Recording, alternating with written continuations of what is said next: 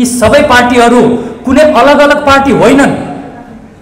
हामी वर्षौंदेखि एउटै भ्रममा रहिरहौं, यो पार्टी त्यो पार्टी त्यो पार्टी, कति धेरै पार्टी, तर यिनीहरू अलग पार्टी होइन। देशमाथि भएको अन्याय अत्याचार हामी किन चुप लागेर बसेको छौं? किनभने देशपट्टिको प्रेम हामीमा कमी भइसक्यो। देशलाई प्रेम गर्ने बानी बसालौं, आजैबाट सुरु गरौं र जति देशको हामीप्रति प्रेम बढ्दै जान्छ त्यति देशको चोटले हामीलाई छुन्छ र देशमाथि घात गर्नेहरूलाई हामीले दुश्मनको रूपमा देख्न थाल्छौं। प्रेममा बठ्याइले केही पनि गर्न सक्दैन। प्रेमको बठ्याइले गर्न सक्ने भनेको केही नेताहरू हुन्, देशपट्टिको प्रेमलाई आफ्नो बठ्याइपूर्वक प्रेम गर्दैछन्।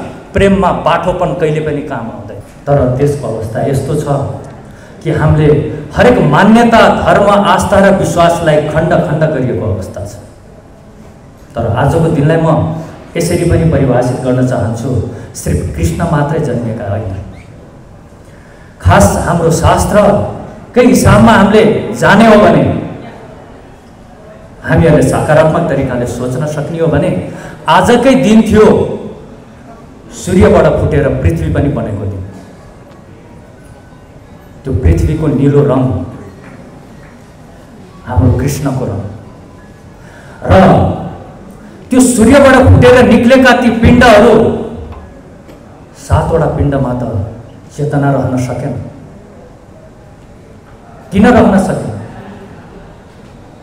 कंसले गर्दाखेरि, नकारात्मक शक्तिले गर्दाखेरि त्यो सूर्यलाई पृथ्वी जन्माउनु अगाडि 7वटा ग्रह मार्नु नै परेको थियो जहाँ जीवको सम्भावना रहेन। र 8औँमा जसरी कृष्ण जन्मिए त्यसै गरी सूर्यको पनि उपस्थिति भएको थियो, यो हाम्रो शास्त्रले बताउँछ। भनेपछि आजको दिन कति विशेष दिन हो।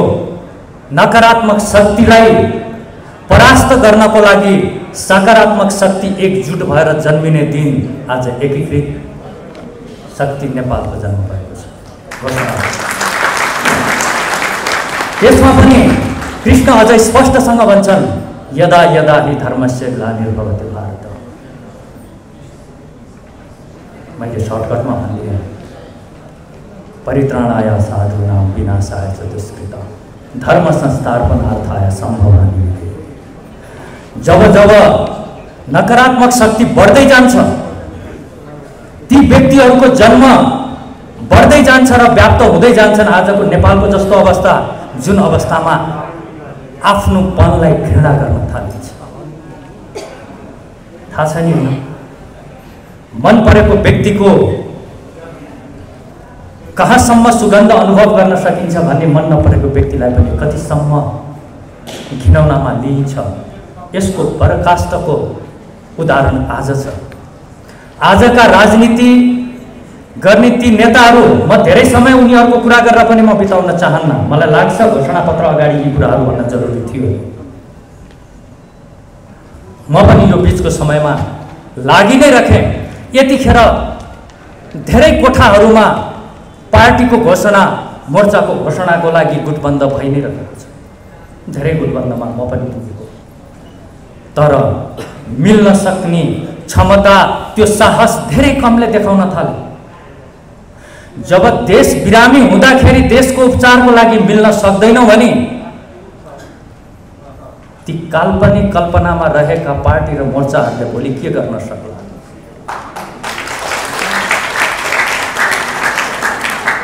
तिनीहरू कसरी फरक हुन सक्छन्? यी अहिले यो देशमा वरिष्ठ नेताका नाममा चिनिएकाहरू आज उनीहरूकै वक्तव्य पल्टाएर हेरौँ। आफ्नै पार्टीभित्रको विभाजन, आफ्नै कार्यकर्ताभित्रको रुष्टता र देशभित्र उनीहरूले जानेको एउटै खुबी हो, आफूमै वैमनस्यता बढाइदियो। अनि मात्रै हाम्रो राजनीति टिक्न सक्छ भन्ने प्रिन्सिपलमा रहेका यी सबै पार्टीहरू कुनै अलग अलग पार्टी होइनन्। हामी वर्षौंदेखि एउटै भ्रममा रहिरहौं, यो पार्टी त्यो पार्टी त्यो पार्टी, कति धेरै पार्टी, तर यिनीहरू अलग पार्टी होइन। जब बिमारी, एउटा बिमारी र अर्को बिमारीको गुण सेम हुन्छ भने त्यसलाई दोस्रो बिमारीमा लिन मिल्दैन।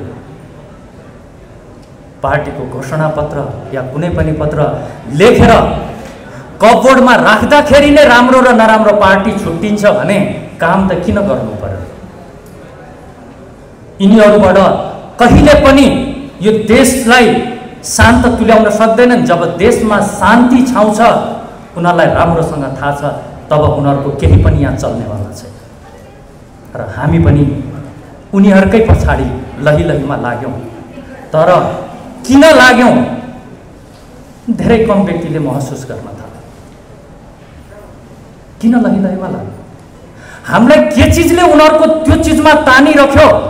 आज हामी उनीहरूलाई छोड्नै सक्दैनौँ। के भएको त्यस्तो? हामीले कहिले गौर गर्यौँ? बहुमतको सरकार बन्यो, अर्को पार्टीले देखिसक्दैन। ऊ सुरुदेखि नै सुरु लाग्छ कि बहुमतको सरकार ढल्नमा मजा नै अलग्गै छ। एउटा ठाउँमा गएर बस्छ, हामीलाई जलन हुन्छ। अर्कोको प्रगतिले जलन हुन्छ, अरूको मोर्चाले जलन हुन्छ। देशको लागि राम्रो सोच्नेलाई हामी घर बसेर गाली गर्न थाल्छौँ। मलाई थाहा छ यो घोषणाको पछाडि पनि गालीको बर्सातको सुरुवात हुन्छ। तर म साथीहरूलाई भन्छु, त्यो उनीहरूको मुखबाट शब्द नमिलेको मात्रै हो। त्यसलाई हामीले आशीर्वाद दिन सक्नुपर्छ। यतिखेर म आज यो घोषणा पत्र मलाई पढ्ने जिम्मेवारी दियो। म अत्याधिक खुसी छु र यहाँ उपस्थित सबैलाई म यसरी भन्न चाहन्छु कि हामी देशको घाउले पोलेको व्यक्तिहरू नै हौँ। हामीलाई कति पोल्यो, हामीलाई कति अप्ठ्यारो लाग्यो भन्ने त हामीहरूको यो एकीकृत शक्ति नेपालको जमघटबाट नै थाहा हुन्छ। हामीले कसरी खपेर बस्न सक्यौँ? यिनीहरूको उद्दण्डता कसरी हेरेर बस्न सक्यौँ? देशको भविष्य यिनीहरूको हातमा दिएर हामी कसरी शान्त बस्न सक्यौँ? र फेरि पनि चुनावको घोषणा हुँदैछ, फेरि पनि बेशरम भएर यिनीहरू त्यसै गरी भोट माग्न आउँदाखेरि हामी उनीहरूलाई भोट दिने कसरी हिम्मत गर्न सक्छौँ? कि हामीलाई यो देशको कर्णधार युवाहरूको भविष्यको चिन्ता छैन? अब के आशा र के एउटा पोइन्ट होला कि यी व्यक्तिहरूले फेरि पनि देशलाई के गर्न सक्छन् भनेर? जसले सिर्फ माग्न मात्रै जानेको छ, ऊ माग्नमा यति लिप्त भइसक्यो, आफ्नो गरगहना सबै बेचिसक्यो, माग्नको लागि बेच्दैछ। किनबेचको पनि र नयाँ पिँढीलाई पनि एक किसिमले मगन्ते बनाउने शिक्षा दिँदैछ यी राजनीतिक पार्टीहरू। यदि साँच्ची नै देशप्रति प्रेम र आफ्नो भावी सन्तानको भविष्यको यदि कसैलाई माया छ भने यिनीहरूको खुलेर प्रतिकार गर्न थाल्नु। नत्र भने हामीहरूले बच्चा जन्माएर सिर्फ विदेश पठाउनको लागि होइन, यो भूमिमा जन्मिनुको ठुलो माइने छ। हामीलाई यो भूमिले जन्माएको हो, यो भूमिको डिमान्ड थियो हामी हुनुमा, तर हामी सजिलैसँग अरूको हुन थाल्यौँ। र म कृष्णको यही कुरालाई नै म फेरि पनि भन्न चाहन्छु, यो देशलाई प्रेम गरौँ, सिर्फ प्रेम गरौँ। कृष्णको भाषामा नै भन्न चाहन्छु, प्रेम गरौँ। जब हामी प्रेम गर्न थाल्छौँ नि, जब देशलाई नै प्रेमी बनाउन थाल्छौँ नि, यो देशको हरेक पीडाले हामीलाई छोड्न थाल्छ। हाम्रो देशपट्टिको प्रेमको कमी छ, त्यो कमीले गर्दाखेरि यो देशमा भएको ज्यादती हामीले बर्दाश्त गर्न सकेको हौँ। एकचोटि सोचौँ, हाम्रो प्रेमीलाई कसैले अन्याय अत्याचार गर्यो भने हामी चुप लागेर बस्न सक्छौँ? तर देशमाथि भएको अन्याय अत्याचार हामी किन चुप लागेर बसेको छौँ? किनभने देशपट्टिको प्रेम हामीमा कमी भइसक्यो। यदि हामीले देशलाई प्रेम गर्यौँ भने हामीभित्र सिद्धान्तहरू जन्मन थाल्छन्। जब देशलाई प्रेम गर्न छोड्यौँ भने हाम्रो संस्कृति घिनाउन लाग्न थाल्छ, आफ्नो व्यक्ति घृणा लाग्न थाल्छ, हाम्रो परम्परा घृणा लाग्न थाल्छ, अनि हामी विदेशी परम्परा, संस्कृति र धर्म अँगाल्छौँ। कृष्णले कति राम्रोसँग भनेको छ, स्वधर्म निधनम छया परधर्म भया भया। हामीले हामीले सोच्नुपर्छ। यदि साँच्चै नै हामी यो देशको भविष्य र यो देशको भविष्यका कर्णधारको भविष्यलाई हामी ख्याल गर्ने हो भने हामीले चाँडै नै आफूभित्रको त्यो शक्तिलाई पनि एकत्रित गर्न जरुरी छ र उनीहरूको खुलेर प्रतिकार गर्न जरुरी छ। ती व्यक्ति जसले यो देशमा केही पनि राम्रो देखेनन्, सबै चिज अरूको राम्रो देख्न थाले। याद गरौँ न, आफ्नो नराम्रो लागेर जब अरूको राम्रो लाग्न थाल्छ त्यस पछाडि के हुन्छ त ठ्याक्कै यी नेताहरू जो देशको भविष्य हातमा लिएर बसेका छन् यस्तै नै अवस्था हुन्छ। हामीले छोटोमा भन्नुपर्दा देशलाई प्रेम गर्ने बानी बसालौँ, आजैबाट सुरु गरौँ र जति देशको हामीप्रति प्रेम बढ्दै जान्छ त्यति देशको चोटले हामीलाई छुन्छ र देशमाथि घात गर्नेहरूलाई हामीले दुश्मनको रूपमा देख्न थाल्दछौँ। अनि मात्रै यो देशकोले अर्को फड्को लिन सक्छ। नत्र भने अझसम्म पनि ती व्यक्तिहरू हामीहरूले यो देशमा नयाँ पार्टी नयाँ मोर्चा घोषणा गर्नुपर्छ भनेर बसिरहेको छन्, सुरुवातमै मिल्न सक्ने हिम्मत गर्दैन। यिनीहरू त्यही व्यक्ति हुन् जो व्यक्ति आज सत्तामा बसेर मिल्न नसकेर देशलाई कुन हालतमा पुर्याएको छन् त्यो चिजलाई याद गरौँ। सकिन्छ, हिम्मत छ र यदि प्रेम भाव छ भने लाटोको जस्तो गरी प्रेम गरौँ। प्रेममा बठ्याइले केही पनि गर्न सक्दैन। प्रेमको बठ्याइले गर्न सक्ने भनेको केही नेताहरू हुन्, देशपट्टिको प्रेमलाई आफ्नो बठ्याइपूर्वक प्रेम गर्दैछन्। प्रेममा बाठोपन कहिले पनि काम आउँदैन। प्रेमलाई लाटो तरिकाले प्रेम गरौँ। यो हाम्रो देश हो, हामी यसलाई प्रेम गर्छौँ। प्रेमको सुरुवात नै यो देशलाई, यसको देशको हृदय हामीभित्र धड्किन थाल्छ। यसलाई मनन गरौँ र नेगेटिभ शक्तिहरूले फेरि पनि यो शक्तिलाई तोडफोड गरेर भ्रमित बनाउने कोसिस गर्छन् भने उहाँहरूले पनि एउटै चिज सोच्नुहोस्, नेगेटिभै सोच्ने यदि बानी छ भने नयाँ शक्ति यदि बनेर आउँदैछ, एकत्रित हुँदैछ, त्यो हेर्न सुन्न सकिएन भने यी नेताहरूलाई खप्न चाहिँ किन सकियो उहाँहरूलाई क्वेसन राख्दै म घोषणापत्र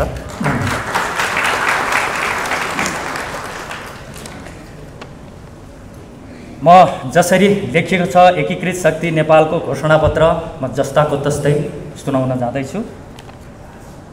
आँखा अलिकति कमजोर पनि छ।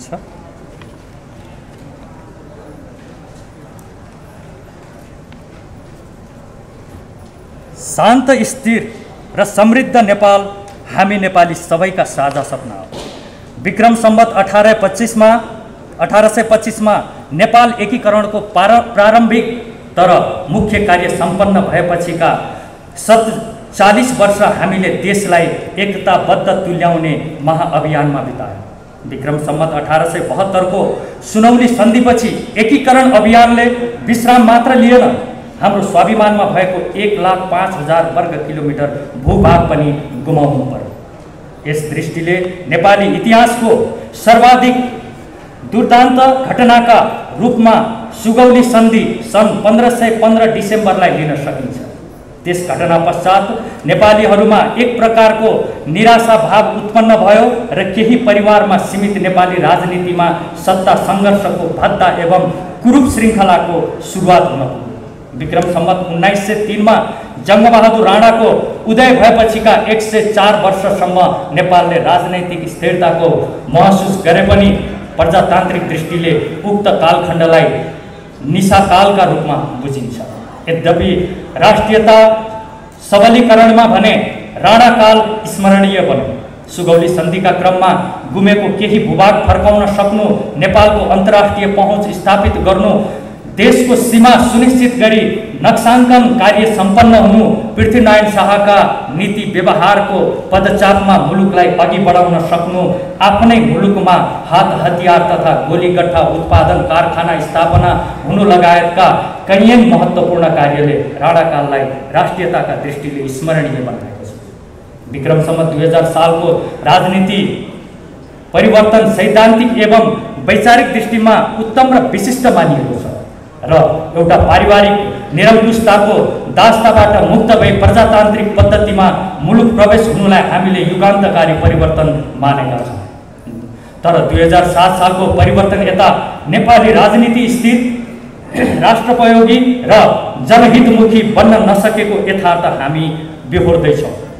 7 दशक अघि उत्पन्न राजनीतिक झमेला र राजनीतिक केन्द्रित राजनीतिबाट अहिलेसम्म मुक्त नपाउनु नेपाली जनका निम्ति दुर्भाग्यपूर्ण हो।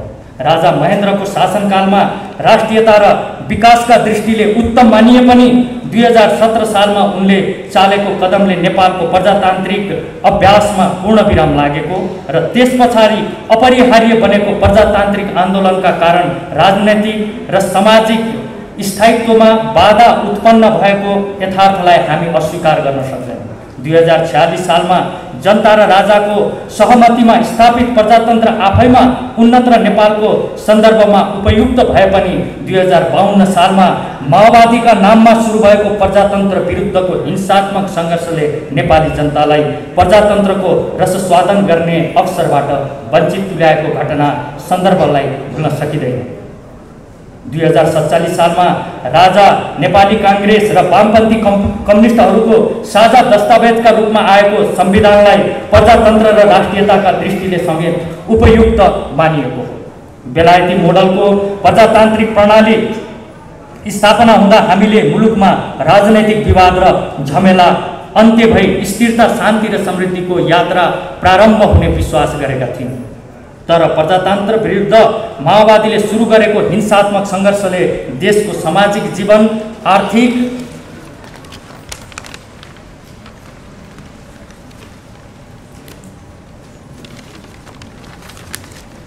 आर्थिक उन्नतिका मार्ग र प्रजातन्त्र सबलीकरणलाई लदिक्षत तुल्याइदियो। प्रजातन्त्र विरुद्ध सुरु गरिएको माओवादीको हिंसात्मक सङ्घर्षलाई विराम लगाउने क्रममा भएका सम्झौता र 12 बुँदे सम्झौताको जगमा प्रकटीकरण भएको संविधानले नेपाली राष्ट्रियता तथा राष्ट्रिय एकता र अखण्डतामा गम्भीर चुनौती थपेको हामीले ठानेका छौँ। राजनैतिक दलको नेतृत्व, तिनको सोच, व्यवहार र अवलम्बन गरिएका नीति र कार्यक्रमले कतै देश असफल राष्ट्रमा रूपान्तरित हुने हो कि भन्ने सन्देह बढाएको छ। सर्वाधिक उन्नत दाबी गरिएको राजनैतिक प्रणालीमा मुलुकको राष्ट्रियता, राष्ट्रिय एकता, राष्ट्रिय स्वाभिमान र आम जनताको जीवनस्तर नेपालको इतिहासमै सबैभन्दा सङ्कटग्रस्त अवस्थामा पुगेको छ।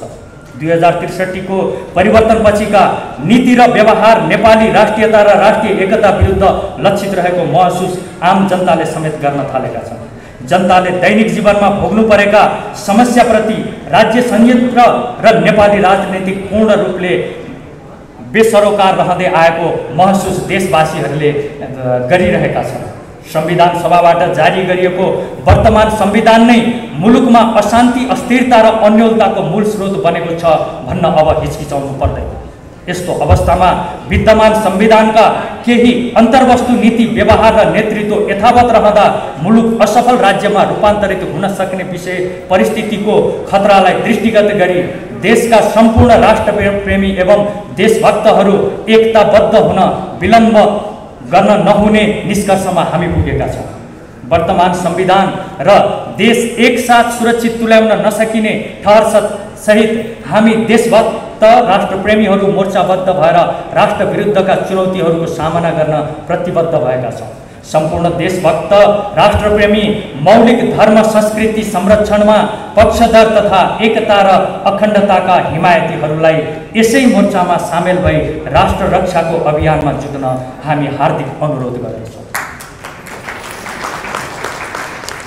परिवर्तनका अपरिहार्य कारणहरू: राष्ट्रियता कमजोर हुँदै गएको, सामाजिक सद्भाव र राष्ट्रिय एकता दुर्बल भएको, सार्वभौमिक सर्वोच्च र राष्ट्रिय अखण्डताको रक्षा हुन नसकेको, नेपालीहरूको मौलिक धर्म संस्कृति र परम्पराको संरक्षण हुन नसकेको, पराया धर्मको कृत्रिम विस्तारलाई काबुमा लिन नखोजेको, राज्य संयन्त्रलाई राजनीतिकरण र पार्टीकरण गरिएको, राष्ट्रिय उत्पादनका साधन र उत्पादक तत्त्वको विकास हुन नसक्दा मुलुकले धान्नै नसक्ने गरी व्यापारी घाटा बढेको, पर्यावरण सुधार र संरक्षणमा राज्य उदासीन रहेको, व्यवस्थित आवासीय व्यवस्था, औद्योगिकरण र रोजगारी प्रवर्तन गर्ने कार्यक्रम तर्जुमा हुन नसकेको, व्याप्त भ्रष्टाचार नियन्त्रण र सुशासन तथा पारदर्शिताका निम्ति कुनै कदम नचालिएको, नेपाल र नेपालीको गरिमामय प्रतिष्ठा सम्मान विश्व सामु अति कमजोर हुँदै गइरहेको, विकास निर्माणका कार्यमा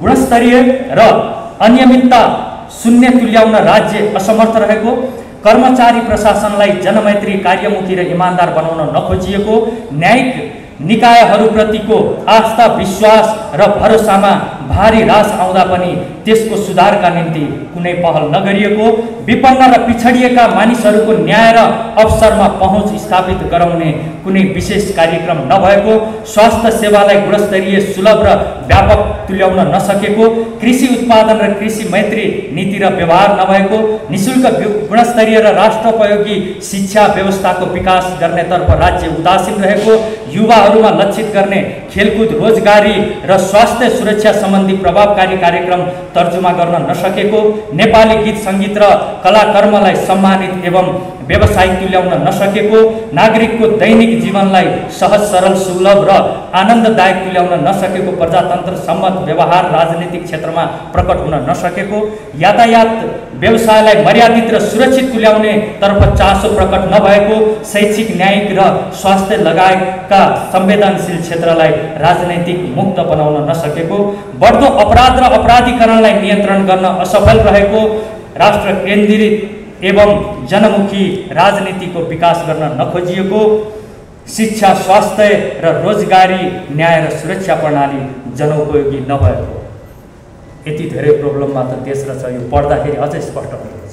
तैपनि हामी हेरेर बसिरहेको छौँ। एनिवे, र हाम्रा प्रतिबद्धताहरू एकीकृत सार्वभौमिकता सहितको धर्म सापेक्ष राष्ट्र, मौलिक धर्म संस्कृति परम्परा इतिहास र सभ्यता सहितको समृद्धि, गैर जातिवादी अवधारणाको कार्यान्वयन, जनता राज संस्था र राजनीतिक दलहरू बीचको समन्वयकारी राजनीतिक प्रणाली, सबल र सुदृढ नेपाली राष्ट्रिय सेना, ट्रेड युनियनहरूको व्यवस्थापन, न्याय सुरक्षा शिक्षा र स्वास्थ्य सेवा निशुल्क,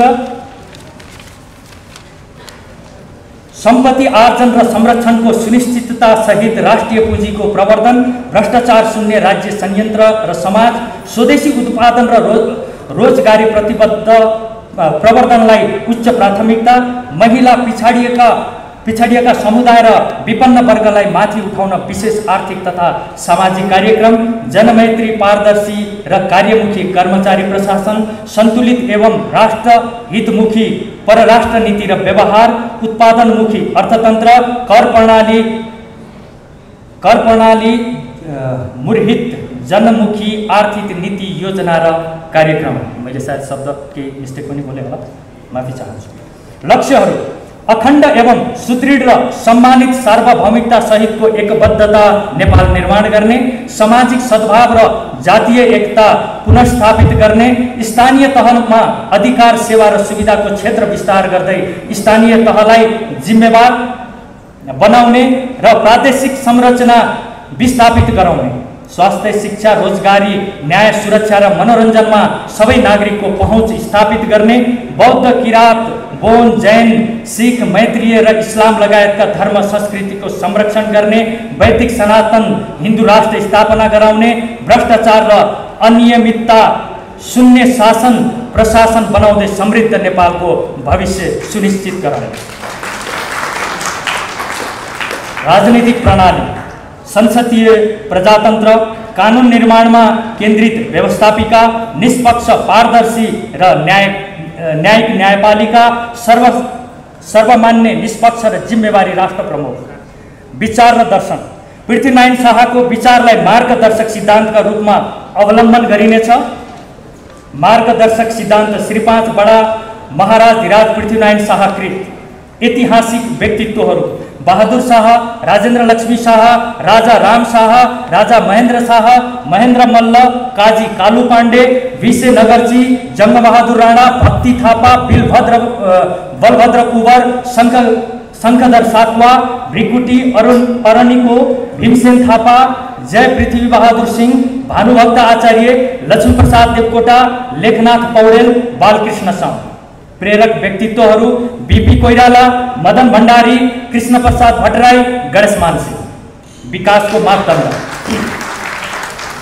पर्यावरणीय अवस्था सुधारका कार्यक्रम, जनताको खुशी, इतिहास र सभ्यताको रक्षा, सुशासन, मौलिक धर्म, संस्कृति र परम्पराको संरक्षण, कला र खेलकुदको स्थिति, प्राकृतिक स्रोत पहिचान र परिचालन, भौतिक विकास, सडक यातायात, सञ्चार, ऊर्जा तथा विकासको गुणस्तर, समाज व्यवस्था, नारी बालबालिका र ज्येष्ठ नागरिकको अवस्था, अपराध न्यूनीकरण तथा शान्ति सुरक्षाको स्थिति, मनोरञ्जनका साधनको उपलब्धता, जल तथा भू उपयोग तथा जल संरक्षण, औद्योगिक उत्पादन र मजदुरहरूको अवस्था, कृषि उत्पादन र कृषकहरूको अवस्था, रोजगारी प्रवर्धन, सामाजिक सुरक्षा, स्वास्थ्य शिक्षा प्रणाली र शैक्षिक व्यवस्था, परराष्ट्र सम्बन्ध, व्यवहार र परिणाम, व्यापार घाटा, मुद्रास्फीति। हामी मुलुकको शान्ति, स्थिरता र समृद्धिका निम्ति प्रतिबद्ध रहँदै आएका सबै राष्ट्रप्रेमी, देशभक्त, धर्म सापेक्षताका पक्षधर, विकास प्रेमी जनसमुदायमा एकीकृत शक्ति नेपालको आबद्धताका निम्ति हार्दिक आह्वान गर्दछौँ। एकताबद्ध एवं प्रतिबद्ध जनशक्तिको सक्रिय इमानदार र सात्विक प्रयासमा मात्र परिवर्तन निश्चित हुने विश्वास हामीले लिएका छौँ। आमूल परिवर्तनबाट मात्र विद्यमान सबै खाले समस्याको समाधान हुने हाम्रो ठुलो ठहर छ। जय देश, जय मातृभूमि।